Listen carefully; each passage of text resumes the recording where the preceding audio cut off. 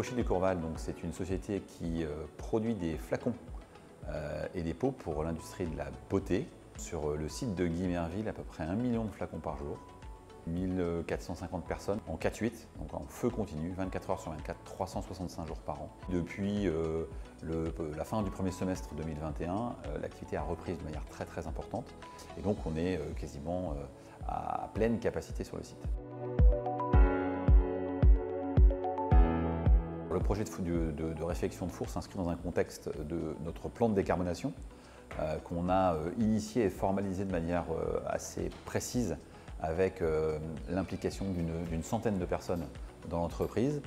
Et donc ce projet s'est créé il y a à peu près 18 mois et a une vocation à réduire par 2 nos émissions carbone d'ici fin 2033. Ce four électrique sera le premier four électrique français pour l'industrie du flaconnage. C'est donc quelque chose de très nouveau pour la France. C'est un moyen de répondre aussi à la demande de nos clients, que de trouver les moyens de réduire l'impact carbone sur la planète. Et ce projet majeur, c'est plus de 30 millions d'euros d'investissement. Cette technologie de four électrique permet à la fois d'utiliser une énergie fortement décarbonée, mais elle permet également de réduire par 2 notre consommation énergétique par tonne de verre tiré. Ensuite, on a une partie feeder. Donc cette partie feeder, c'est la partie qui a pour but de conditionner le verre avant de l'amener au niveau des machines de formage. Donc sur cette partie feeder, on a également fait le choix de moderniser nos équipements de manière à passer sur des feeders gaz à basse consommation. C'est une action qui va nous permettre de décarboner, de réduire notre empreinte carbone de quasiment 8000 tonnes par an de CO2. Ce four, effectivement, qui est une grosse transformation pour Pochet du Courval, une transformation à la fois humaine, une transformation technique, puisqu'on va vider entièrement une partie de l'usine et reconstruire cette usine.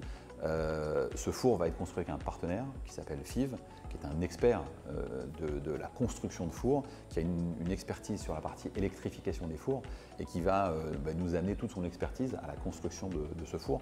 Mais ce n'est pas le seul partenaire qui va travailler avec nous, on va travailler avec d'autres partenaires puisque le four et le projet a aussi pour vocation d'automatiser toute la partie ligne de tri, d'amener de l'ergonomie au poste de nos trieurs et donc d'optimiser le fonctionnement du tri. Cette première étape est une étape importante, 30 millions d'euros, mais le plan de décarbonation court jusqu'en 2033 avec une volonté de réduire par 2 nos émissions de CO2.